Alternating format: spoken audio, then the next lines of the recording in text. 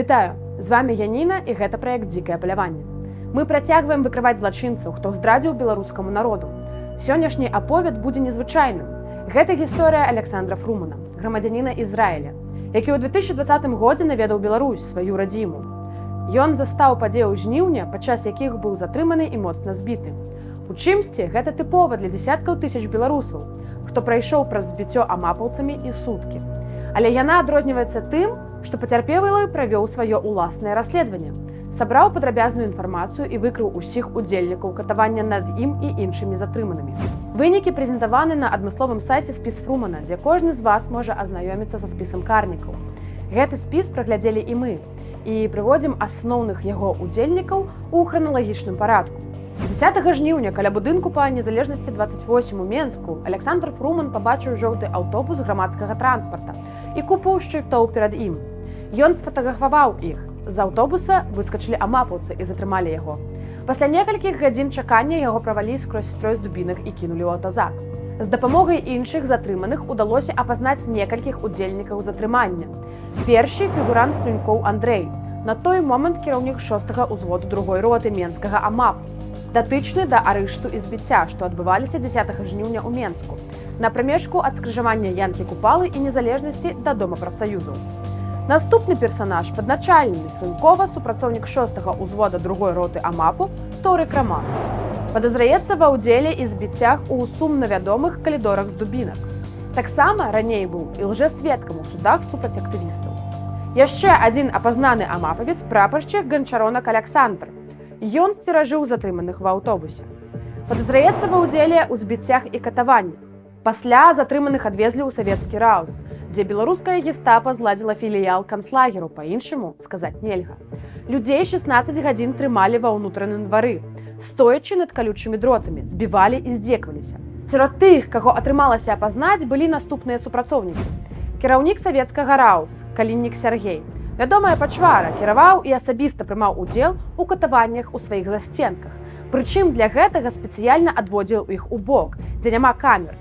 Што яшчэ добра яго характарызуе, ён выходзіў на разгон жаночага маршу, узброены аўтаматам. Упэўнена, гэтую аграмезную купу лайна запомніла шмат беларусаў. І гэтая істота непазбежна атрымае сваё. Наступная пачвара – яго намеснік, Кесель Цімур.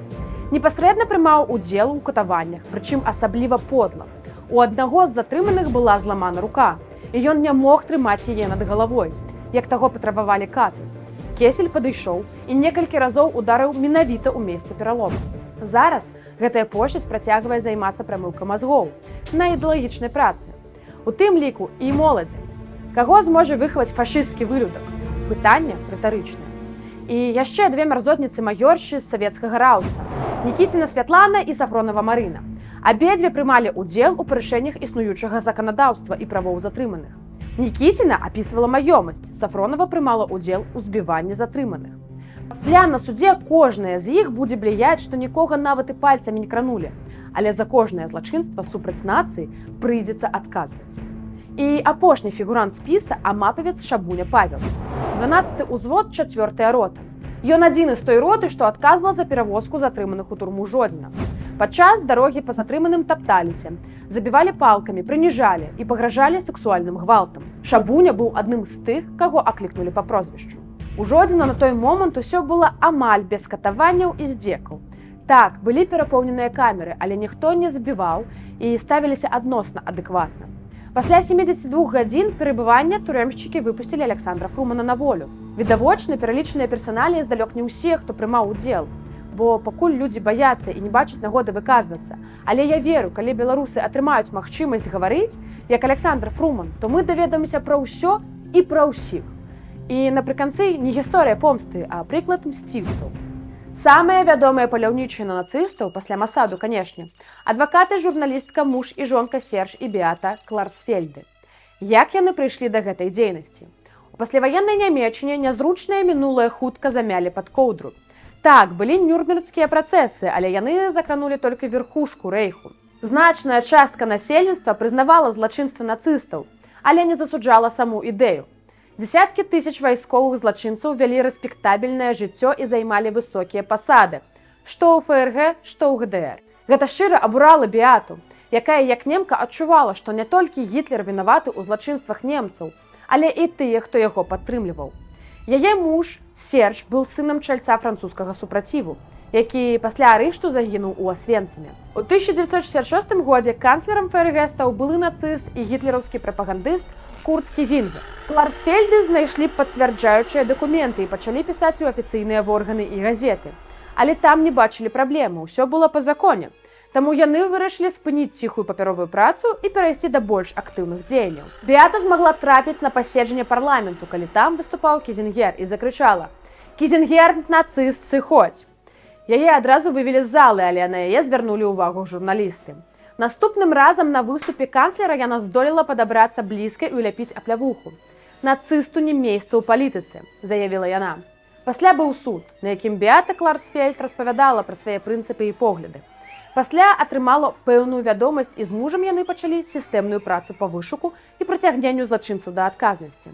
Самым складаным было нават не знайсці злачынцаў, бо яны асабліва і не хаваліся, а звярнуць на них увагу ўладаў, каб яны пачалі рэагаваць. На іх рахунку дзесяткі расследаваных справаў. Адна з гучнейшых выкрыццё былога шэфа гестапа ў Леоне Клауса Барбі, адказанага за масавыя забойствы і катаванні. Пасля паразы ён быў двойчы завочна засуджаны да смяротнага пакарання ў Францыі. Хаваўся ў Балівіі, дзе быў кансультантам мясцовага рэжыму па барацьбе з партызанамі. Кларсфельды знайшлі яго месцазнаходжання яшчэ ў 1971 годзе. Але злачынца выдалі ў Францыю толькі праз 10 год. У 1987 годзе яго прысудзілі да пажыццёвага зняволення. І такіх выпадкаў у сям'і Кларсфельдаў шмат. І гісторыя паказвае, што адплата прыходзіць рана ці позна. Але для гэтага трэба прыкладаць намаганні і высілкі, каб зло не засталося непакараным. Дзякуй, што даглядзелі гэты ролік. З вамі была Яніна і гэта дзікае паляванне. Да новых хуткіх сустрэч. Жыве Беларусь!